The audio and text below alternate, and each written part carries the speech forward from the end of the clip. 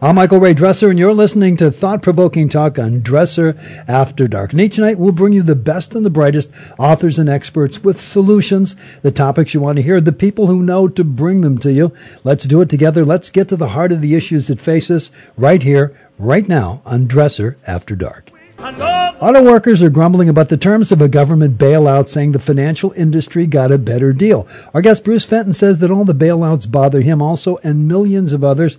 Americans indeed fed up with all of the free bonus money going to Wall Street and Detroit at the expense of productive citizens and businesses. And most Americans overwhelmingly are against it, and most believe we should go back to capitalism. And unfortunately, most politicians haven't listened yet. And our guest, Bruce Fenton, is the managing director and the founder of Atlantic Financial Inc., a global investment company which focuses on the changing face of the global economy, including specialization in the Middle Eastern region. Bruce is an entrepreneur, a writer, and a speaker who is interested in bridging the gaps between American and Middle East culture. Bruce, hi, welcome to the show. Hi, thanks very much for having me. Oh, thank you so much for being here. When we talk about these bailouts, I would venture to guess that the average person on the street has no idea what a bailout truly is and where the money comes from in the first place. So let's lay a foundation and let's define what a bailout is. Sure. Basically, the bailouts have been going on for some time, most recently in the last 7 months or so, starting with President Bush's major bailout. But this is something that's happened before, never quite on this scale, never even close to this scale, actually. But typically when the government feels, for whatever reasons, that a company can't fail, they go ahead and give that company money to keep the company in business.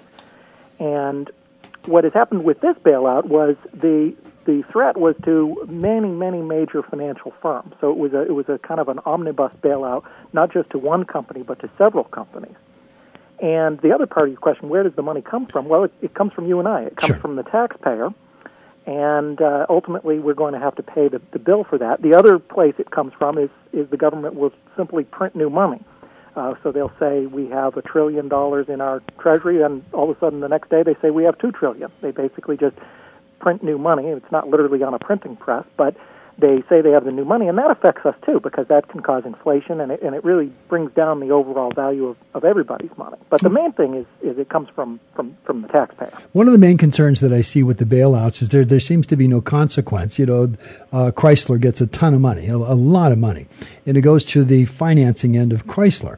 Well, here's an interesting problem. They couldn't sell cars before, and now they've got a ton of money that is sitting in the financial end of it. They're still not selling cars, and they're not loosening up in the credit. So effectively, you've got a lot of money for a business to move forward, and yet it sits. Exactly. It's really terrible economics because there is no consequences, and the money does go into kind of this black hole. And I'm not really a fan of any of these bailouts, but there are a lot of better ways to do it if you absolutely had to do it, which I would debate strongly. But if you had to, why not have the government go out and say, okay, we're going to announce a government contract to go and buy 20 million cars, and the government's going to use them for whatever, police force, military, whatever, and the best bidder wins. I still wouldn't agree with that because it's kind of a handout, but that would be a much better way to do it. And maybe it would be Ford or Chrysler or GM, or maybe it would be some small company some startup that would have a chance to get the greatest contract in history. That would be a different way to do it. Bruce, another side of this, it would be a bankruptcy, and there's nothing wrong with a bankruptcy. That's what it was set up for, and a reorganization, because obviously if they're not doing it the right way, they need to reorganize. And if they haven't got enough money to pay the bills, then if they reorganize, then they can regroup, recoup, and move forward again. I have no idea why this wasn't part of the package. Exactly. The bankruptcy is a tool that exists for exactly that reason.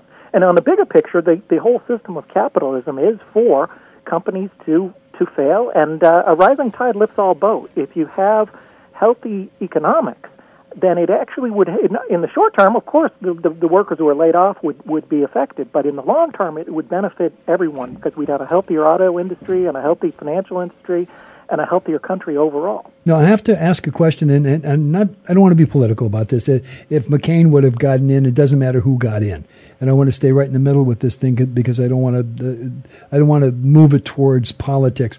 But you would have to think and I've been around for a lot of years now, you have to think that the people that have the wherewithal, that were in the administration, whatever administration it's going to be, would have the foresight to move us forward. This is a disaster because someday the money's going to come due. Someday the money's going to come due to China and so on and so forth. We are borrowing much more money than we have. The basic problem that the average person on the street have with the credit card is the same problem that the country has.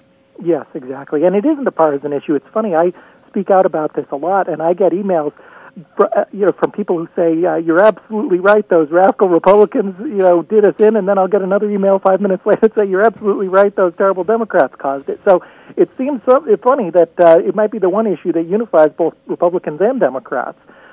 It isn't a political issue. Both sides seem to be against it. No, absolutely, but both sides are against it, and at the same time, we still seem to be doing what we're doing. Right. The leader of the country, and it happens to be Obama at this stage of the game.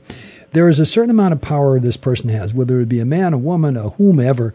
There is power that the person has, the most powerful person in the world, basically. But at the same time, they don't have all of the power to set us on the financial course. There are committees, Congress has got to get into it. So it's not just the President of the United States. Somehow this is an intrinsic problem that we have, and it's flowing through the system. And I'm going to use the word corrupt. Corrupt doesn't mean stealing. Corrupt just means broken. Somewhere we're not connected.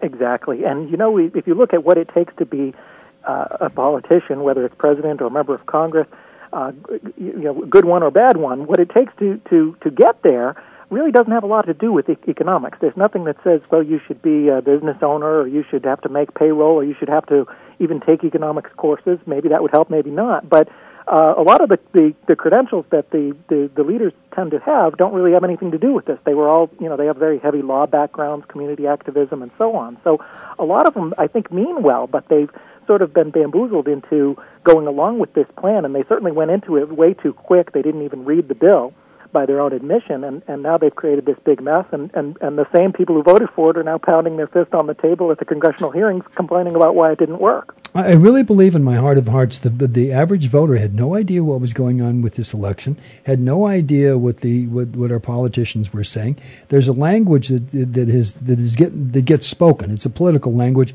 that most people don't understand. That said, moving beyond it, we look at, and I have to say we as a country now look at how much can we get, how much can you give us, what are you going to do for me?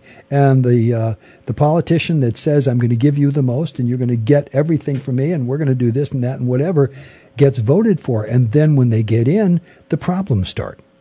It's one of the pitfalls of democracy. When you have elected officials, they can give away a nation's birthright and the birthright of the children and grandchildren to get today's votes. And that's an unfortunate consequence of it, by all means. Absolutely, no question.